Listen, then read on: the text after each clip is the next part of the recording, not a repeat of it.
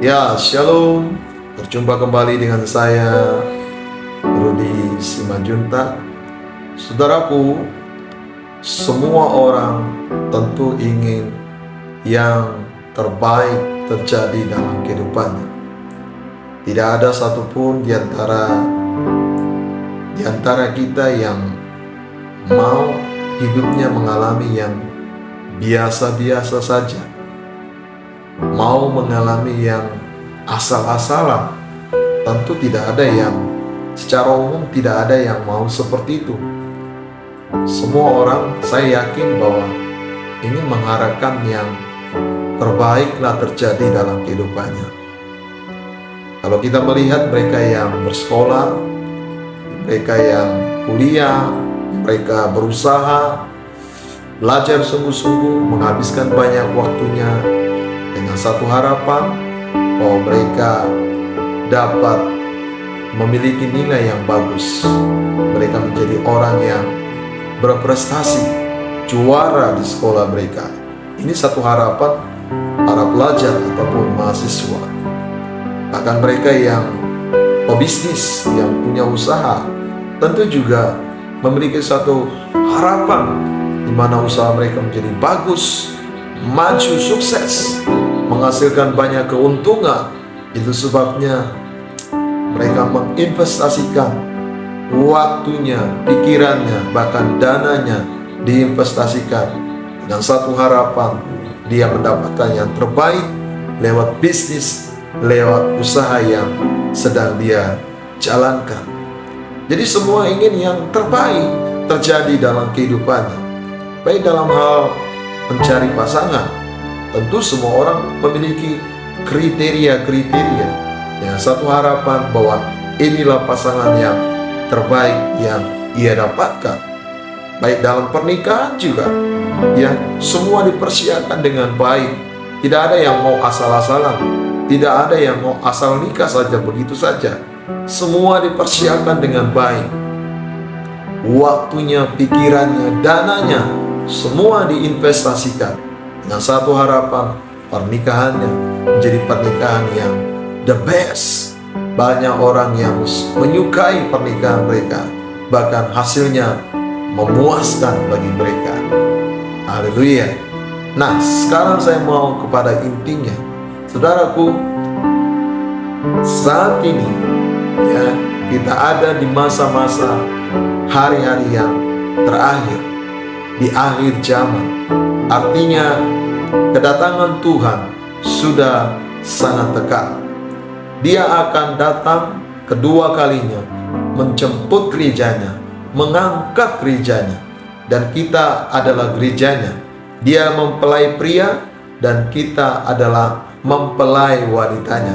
Begitu dia datang, kita akan menyongsong dia di awan-awan dan kita masuk dalam perjamuan kawin anak domba Allah.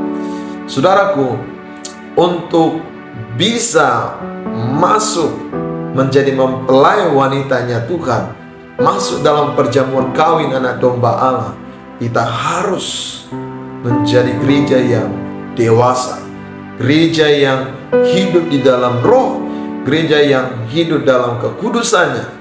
Saudaraku, itu sebabnya benahi diri kita, persiapkan diri kita selagi masih ada waktu, selagi masih ada kesempatan. Mari persiapkan dirimu, benahi kehidupanmu.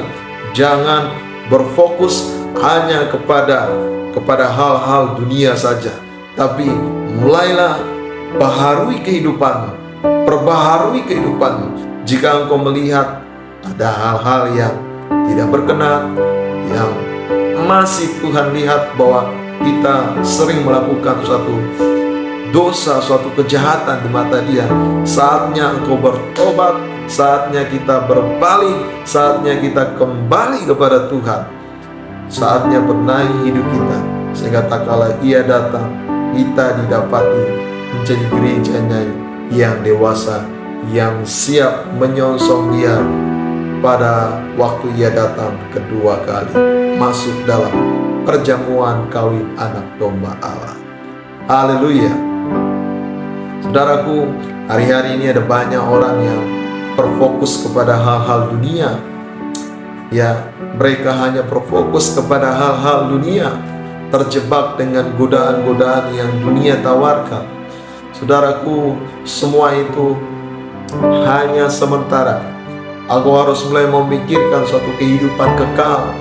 Jangan terjebak dengan hal-hal dunia. Saudaraku, mulai benahi diri kita, benahi hidupmu, dan persiapkan hidupmu dari saat ini dengan sungguh-sungguh, sebab Ia akan datang untuk kedua kalinya. Saudaraku, saya teringat dengan di dalam Alkitab tentang gadis bijaksana dan gadis bodoh. Gadis bijaksana dan gadis bodoh ini, mereka punya satu tujuan, yaitu untuk menyongsong mempelai laki-laki. Mereka menanti-nantikan mempelai laki-laki. Saudaraku, lama mempelai laki-laki tidak datang-datang juga, akhirnya mereka tertidur. Gadis bijaksana tertidur, gadis yang bodoh juga tertidur. Tetapi yang membuat berbeda yaitu gadis bijaksana, mereka membawa pelita dan membawa minyak dalam buli-buli. Tetapi gadis yang bodoh membawa pelita tetapi tidak membawa minyak dalam buli-buli. Saudaraku, sehingga lama mereka menanti-nanti, mereka tertidur. Dan ketika mereka sedang tertidur terlelap, ada suara yang berkata, mempelai datang, songsonglah dia. Dan saudaraku, mereka terjaga, mereka terbangun, dan mereka hendak menyongsong mempelai laki-laki. Saudaraku, gadis yang bodoh melihat bahwa pelita mereka hendak padam dan mereka tidak memiliki minyak. Mereka kewalahan hendak mencari minyak di mana supaya mereka dapat mengisi pelita mereka dengan minyak. Saudaraku, gadis yang bodoh berkata kepada gadis yang bijaksana, berikan kami minyakmu. Tetapi gadis yang bijaksana berkata, kami ini tidak bisa memberikannya, nanti tidak cukup bagi kami. Pergilah ke tempat yang lain, belilah ke tempat yang lain. Mungkin masih ada warung atau toko yang masih buka untuk menjual minyak. Saudaraku, gadis yang bodoh ini, mereka sibuk untuk mencari minyak, padahal mempelai laki-laki sudah datang. Begitu mereka mendapatkan minyak, gadis yang bodoh ini mengetok pintu dan hendak mau masuk untuk menyongsong mempelai laki-laki. Tetapi orang yang membukakan pintu itu berkata, aku tidak mengenal kamu. Mereka ditolak, mereka tidak bisa masuk dalam perjamuan dengan mempelai. Saudaraku, jika kita tidak mempersiapkan diri kita saat kedatangan Tuhan yang kedua kali, itu akan menjadi malapetaka bagi kita, sebab kita tidak akan bisa masuk dalam perjamuan kawin domba anak Allah. Tetapi jika kita mempersiapkan diri kita dengan sungguh-sungguh, itu akan menjadi hari sukacita yang terbesar bagi kita, sebab kita ada bersama dengan Dia dalam perjamuan kawin anak domba Allah. Saudaraku, persiapkanlah dirimu, jagailah hidupmu, janganlah hidup seturut dengan dunia ini, janganlah menjadi sama dengan dunia ini, tapi berubahlah, hiduplah sungguh-sungguh, hiduplah takut akan Tuhan, maka Tuhan akan terus menuntun kehidupanmu sampai Ia datang kedua kalinya dan engkau siap menyongsong Dia dalam perjamuan kawin domba anak Allah. Saudaraku, demikianlah perenungan firman Tuhan hari ini. Biarlah kiranya firman Tuhan yang saya bagikan ini menjadi kekuatan bagi kita dan mengarahkan hati pikiran kita untuk fokus kepada Tuhan.